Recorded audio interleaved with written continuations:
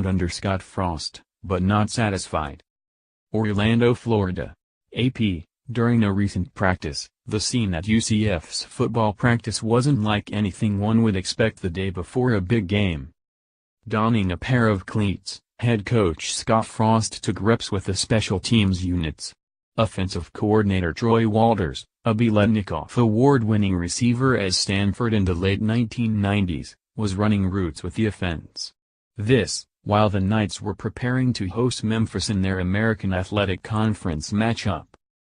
But the festive and loose atmosphere sums up the UCF football program these days, fun and energetic while in the midst of one of the more impressive turnarounds in college football. The kids just love to see that, UCF Athletic Director Danny White said of the coaching staff participating in Friday practices. We have a youthful energy around our program right now that makes it fun to be around. It all starts with Frost, the Knights' 42-year-old coach. The former Nebraska quarterback is about winning, but he also is about his players enjoying the experience and staying in the moment. Yes, UCF trounced Memphis 40-13 on September 30th and haven't looked back. The Knights, 4-0, 2-0 AAC, are one of the biggest surprise teams this season. After going 0-12 2 seasons ago under former coach George O'Leary, they are now a top 25 squad. UCF, ranked number 22 in this week's poll, broke into the top 25 last week for the first time since 2013.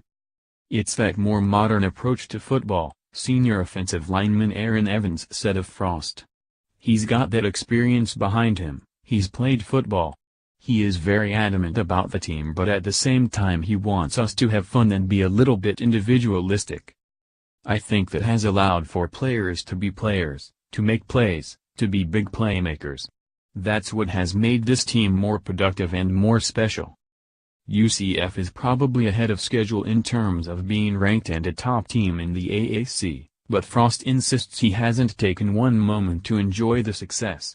He's more concerned with this week's opponent, 1-5 East Carolina, and not letting his players think they accomplished anything yet. I'm happy for the guys, but I'm never going to say we are satisfied, said Frost, who is in a non-Power 5 conference that has 3 teams in top 25 this week. Saying I'm satisfied is like patting myself on the back. That's exactly what I'm telling the team not to do. Last season, Frost came in after a stint as Oregon's offensive coordinator, and quickly got the Knights back on the right path with a 6-6 regular season finish and a bowl appearance. The defense was responsible for much of the success, while freshman quarterback Mackenzie Milton took his lumps and the rest of the offensive slowly learned the high-octane system Frost brought with him from out west. Now, with Milton more seasoned and players like receiver Trequan Smith and running backs Adrian Killins and Taj McGowan having a better grasp of the offense, the Knights are not just beating teams, but blowing them out.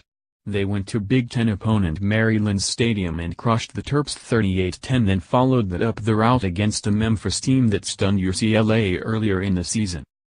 The Knights were well on their way to another runaway win at Cincinnati Saturday when weather forced the game to end after 3 quarters with UCF comfortably ahead 51-23. But as good as the Knights have been, Frost has remained in their ear reminding players that real work is still ahead. Winning the AAC title and possibly playing in a New Year's Six bowl game is the ultimate goal, not a top 25 ranking. Coming from where this program came from, we talk to our kids all of the time about praise and blame are all the same, Frost said. The same people who are telling you you are doing great are the same people who are going to criticize you when you are doing poorly, and they are both imposters. More AP college football, collegefootball.app.org and www.twitter.com web link.